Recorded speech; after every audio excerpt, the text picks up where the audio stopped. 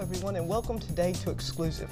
And I cannot honestly believe I'm getting this honor to interview you. Well, it's my privilege. You've been one of my heroes for the longest amount of time. Well, so sweet. Thank you.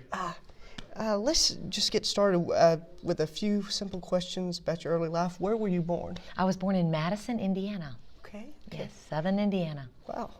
Now, tell us the story. I already heard a little bit of it tonight. I didn't know the full story of how you really began to get the gift to play the piano. Well, I was about 3 years of age, and my daddy was a pastor in a Wesleyan church, and he was preaching on a Sunday night on the gift that God gave Solomon about wisdom. And as a little child, I was sitting on the front row on the very end towards the center aisle, and I remember that striking me. And I thought, I want to do that when I go home. I'm going to ask God for a gift. Now, I was 3 years of age, so I didn't have the ability to comprehend a whole lot, but I do remember that Dad said that Solomon asked for a gift and God graciously granted it. And I remember that just striking me and just so deep in my heart. Right. And so that night, that's exactly what I did. I went home and I got down after I put my pajamas on. I remember kneeling at the end of the bed and I began to beg and plead with the Lord. And in my little childish, simple way, saying, please, please, please, begging him, would you give me a gift? Like you gave that king my daddy was talking about. And that was really the start of maybe everything that you see today. Wow. Of course, I didn't have the ability to understand all that at the moment. I didn't think I was going to be a musician. I was too little to think like that. Okay. But I thought that I would be the wisest woman, because Solomon was the wisest man and there was no woman like him. And when my mama tucked me in that night, I remember thinking, I wonder what I'll be when I wake up in the morning. So that's kind of how that got started. Yeah. Wow.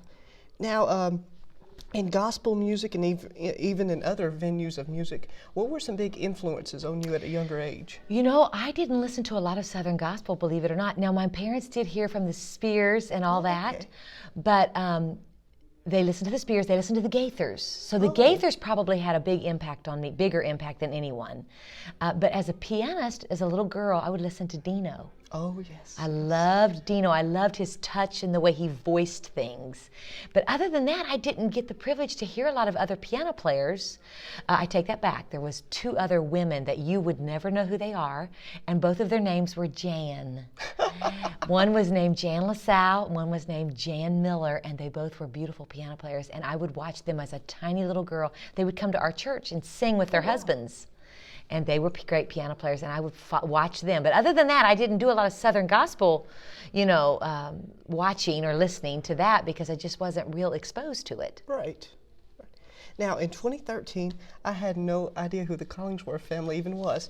And I was watching NQC online, the NQC Fan Awards, and all of a sudden they announced the favorite musician. They announced your name. You came up. I never heard you play. And all of a sudden, then they gave you the award, you played, and I was like mesmerized. Oh. That because of the way you played. I remember you played my tribute. Okay. And a wonderful, Well, arrangement of that. But what was it really like receiving that award? And you've received it since 2013. You know what? It was surreal, and it was very humbling. Oh. Very, very humbling, because I got to tell you, I come from such primitive upbringings. And to walk on a stage like that, accept an award like that, my daddy used to always say to me, because starting to play so young, I was playing for church by the time I was 7. Wow. And so my daddy would always say to me, Kim, don't play for anybody but Jesus. Always play for the Lord. Well, I was a little girl, and I say, okay, Daddy, I won't. But I didn't really know what he meant. You know what I mean? You don't know at that age, until I began to get older and realize there were other opportunities maybe and other things you could do with this music. And my dad would say, don't ever play for anybody but Jesus. And so walking on a stage like that and accepting an award of that caliber was very humbling, but I also could still hear my daddy saying, give all the praise to Jesus. Give all the glory to the Lord. And so it was humbling, but I'm very blessed by God to just have even had that honor bestowed on me. There's so many piano players that are much better than me and much more deserving. But I can promise you this, nobody any more grateful than I am to be able to play and to play for the Lord. What better privilege is that? So it was a real honor. Oh, that's true. Well, once again, you're one of my favorites, so I really Thank enjoy you. that. Now, tell us, what's a week like on traveling on the road with the Collingsworth family? Very, very interesting. Never a dull moment. There's 11 of us on the bus, counting our driver, and our 2 grandbabies. And so it is fun. It's stressful. It's chaotic. It's sometimes peaceful when everybody goes to bed. But it's awesome, to be honest. It's a wonderful life. Do we have our ups and downs as far as difficulties, and when the bus breaks down and you got to get rental cars and go home and blah, blah, blah. It's crazy. But you know what? It's real honor. It's a real blessing to do it. It's a real blessing. You just learn to roll with the punches. My mother used to say, blessed are the flexible, for they shall not break. So that's the 11th commandment for the C fam. Yeah, and it works. It works quite well. Now, when you sign your name on autographs and such, Yes. you always put a special verse beside that. Why is that? Matthew 6:33, seek ye first the kingdom of God and his righteousness, and all these things will be added unto you. That's because when God called us to do this almost 20 years ago, I was a very frightened woman. I was a very scared mama. And I thought, there's no way this will ever work. My kids will never make it. I've got to homeschool them. How's this ever going to work? And the Lord began to speak to me and show me that if I would just obey him and seek his kingdom first, that all these other things that I was worrying about, he'd take care of. And so that is truly a life verse for me. Just obey him. Seek him first. Seek his kingdom and his righteousness. And he somehow does take care of the details. And I'm living proof almost 20 years later that verse is true. They're all true. All the verses are true. But that one is so true in my life. Sometimes you have just a special one. Yes, and that's you can it. grab hold to. Yes. Yes. Now, what's something very few people know about you? Something very few people know about me. Oh, let me think about this. That I love coffee. Maybe this that I love coffee. Oh, okay. I love sports. Now, I don't love sports in the way that people, as in I don't watch them. I love to play them. Oh, wow. I love to play ping pong. I love to play soccer. I love to play tennis. I don't get to do all of that as often as I used to. Wow. But it's something I've always loved to do. I used to love to play with my kids. And so that's a lot of sports you really don't hear about a lot. No, and I love all that. I taught my girls how to play tennis. Wow. Yeah, so maybe that's something people don't know. Wow. Now, at the first of this year, I knew Mr. Collingsworth a few years back had problems with, I believe, brain problems. Yeah, brain surgery, And then this year, blood clots developed. Tell us, what's it like this year coming out of that ordeal? What is that really like for the Collingsworth family? There is a new reverence and appreciation for life like never before. All of us. We stood around his bed in January crying and trusting the Lord, and I watched my son, who's 23, walk over in a very difficult time during the hospital stay and began to pray over his dad. And we are more than ever dependent on the Lord, because to be honest with you, without him and him giving us health and life, health is wealth. That's true. People can have $1 million in the bank and not be able to walk across the floor. Why do we care? Right. But if you have health and you can get out and do what God has called you to do.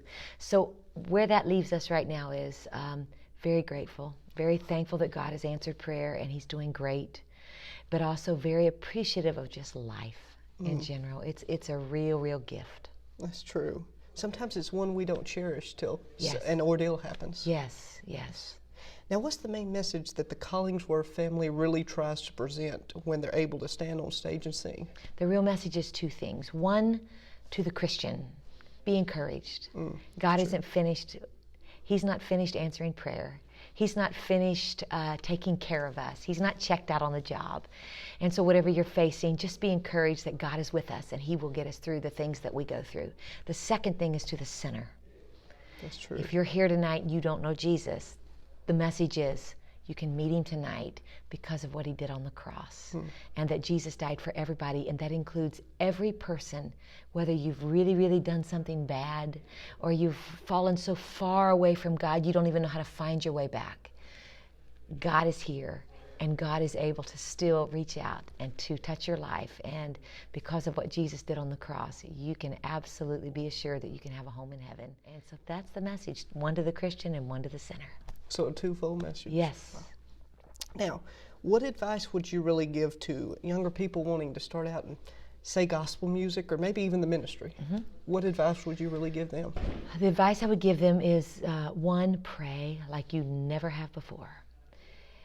Two, make sure you're 100% surrendered to whatever God wants. A lot of people go into ministry thinking, I want to do this, and I want to end up singing on that stage, or I want to end up having big crowds, or don't even worry about it. Don't try to follow success.